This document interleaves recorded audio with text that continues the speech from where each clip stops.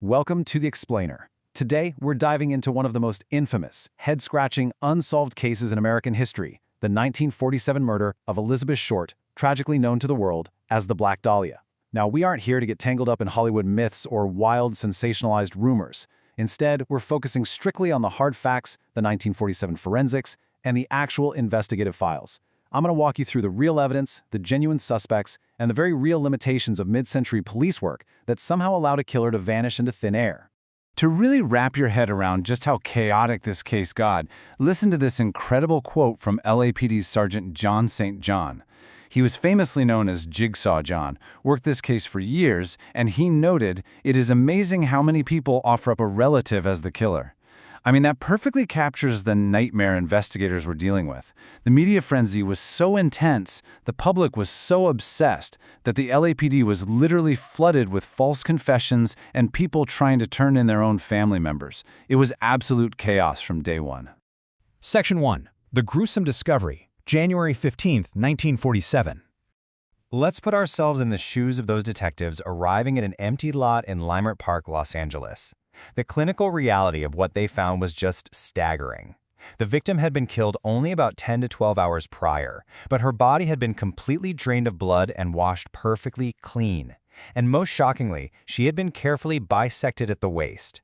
Right away, this scene told investigators they were dealing with a highly unusual, methodical perpetrator. And well, the autopsy painted an even grimmer picture. The official cause of death was homicide by blunt force trauma to the head along with blood loss. Medical examiners noted severe bruising on the right side of her face and head that happened pre-mortem, which led investigators to suspect she was likely tortured for days. Post-mortem, her body was severely mutilated and eviscerated. But here's the crucial detail. The body was examined top to bottom for trace evidence, and they found absolutely nothing. No traces of semen, no evidence of vaginal intercourse, though she had been sodomized after death. She was essentially wiped completely clean. Because of the bisection, medical examiners actually had to figure out her physical profile just by measuring the lengths of different body part segments. They estimated she was about 5'5", 115 pounds, and placed her age somewhere in that 15 to 30-year-old range. Police artists immediately sketched her face and pushed it out to the media, but initially, crickets. They had absolutely no luck identifying her. And that leads us straight into the massive hurdles of 1940s police work. Section 2. Forensics in the 1940s, a technological hurdle. We have to remember, mid-century law enforcement technology was severely limited, and it essentially stalled this case right out of the gate. The victim was fingerprinted at the morgue at 2:45 p.m. Normally, you'd physically mail these prints off to the FBI in Washington, D.C., but get this. A massive snowstorm hits the Capitol, meaning the mail delivery of those critical fingerprints was delayed for over a week. Can you imagine a major murder investigation today being completely derailed by the weather? It's a bizarre logistical nightmare modern detectives just don't have to deal with. So they had to improvise and bypass the storm. Their first attempt was trying to send the fingerprints over telegraph wire. The result, completely blurry, totally unusable for any kind of comparison. They had to pivot again.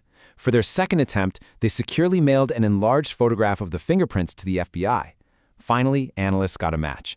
The victim was 22-year-old Elizabeth Short, born in Massachusetts. Her prints were actually on file because she'd worked as a civilian employee at Camp Cook Army Base out in California. Section 3. The Killer's Taunts, a public spectacle. Once she was identified, the case totally exploded into the public eye, and the killer actively wanted that limelight. This timeline shows just how brazen this guy was, communicating directly with the press. Elizabeth Short is last seen alive on January 9th. Her body is found on January 15th. Then, just 8 days later on the 23rd, a man contacts a local newspaper, claims he's the killer, and promises to send them her belongings. And true to his word, the very next day, a package arrives. That mailed package really shows the killer's manipulative game. It had her photographs, her birth certificate, and most notably, an address book embossed with the name Mark Hansen. Now, Hansen was a nightclub owner who had befriended Short. She'd even stayed at his place a few times. Because of this little black book, police meticulously questioned every single person listed inside of it. Hansen himself admitted it was his book and stayed a primary suspect for years, but the LAPD ultimately found zero solid evidence linking him to the actual crime, and charges were never filed. Section 4.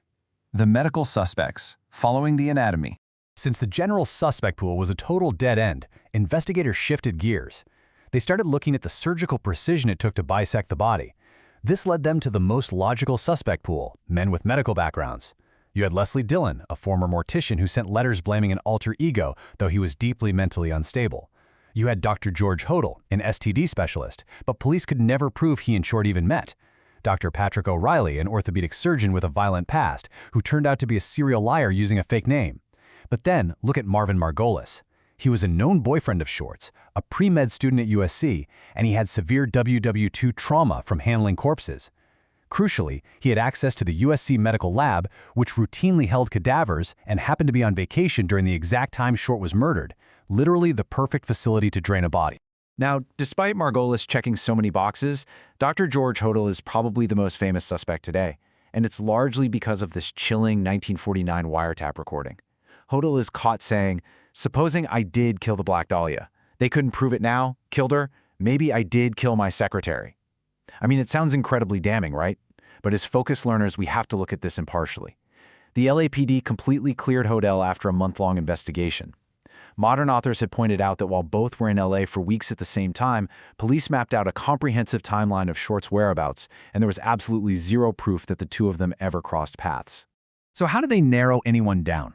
Contrast that dark pool of medical suspects with a cleared suspect like Robert "Red" Manley. Manley was a salesman, and he was the absolute last person known to see Short alive. He dropped her off at the Biltmore Hotel on January 9th. So why was he cleared? He had a rock-solid alibi for the night her body was dumped, and he passed several polygraph exams. But think about this for a second. How much weight would you honestly give a polygraph test back in 1947? It really highlights the stark contrast between a salesman with an alibi and these traumatized medical professionals. Yet somehow the killer slipped right through the cracks. Section 5. Mobsters and Fringe Theories. The myth grows. You know how it goes. When facts run cold, fiction takes the wheel. The LAPD had to field some truly wild theories that turned this real, tragic forensic case into a massive urban legend. There was this completely unsubstantiated rumor about a queer woman surgeon, which police immediately dismissed since there was likely only one openly lesbian doctor in California at the time, and she lived way up in San Francisco. Then you had people accusing LA Times publisher Norman Chandler. Claims against George Knowlton based on nothing but his daughter's recovered memories decades later. People even pointed fingers at infamous mobster Bugsy Siegel, despite Siegel being known as a ladies' man, not a brutal killer. We're laying these out purely to show you how the actual truth got totally buried under decades of sensationalism. As a quick, kind of fascinating palate cleanser here, just think about the sheer cultural footprint of this crime. The moniker the press gave her was so evocative that it still echoes in pop culture today. For instance, there's a highly successful Detroit death metal band called the Black Dahlia Murder. Their entire name is a direct nod to the macabre, unresolved legacy of this 1947 investigation. Section 6. Why did it stop? The unresolved thread. Short's brutal murder appears to have been entirely random, and no similar cases were ever definitively linked to her death. So why would a killer capable of this extreme, horrific lust murder just suddenly stop? Well, investigators approached this the exact same way they analyzed Jack the Ripper. The classic theories basically fall into three buckets.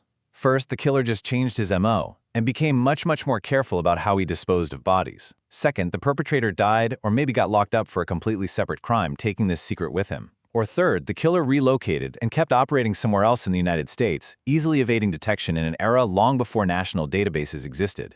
And that brings us to a rather chilling final thought.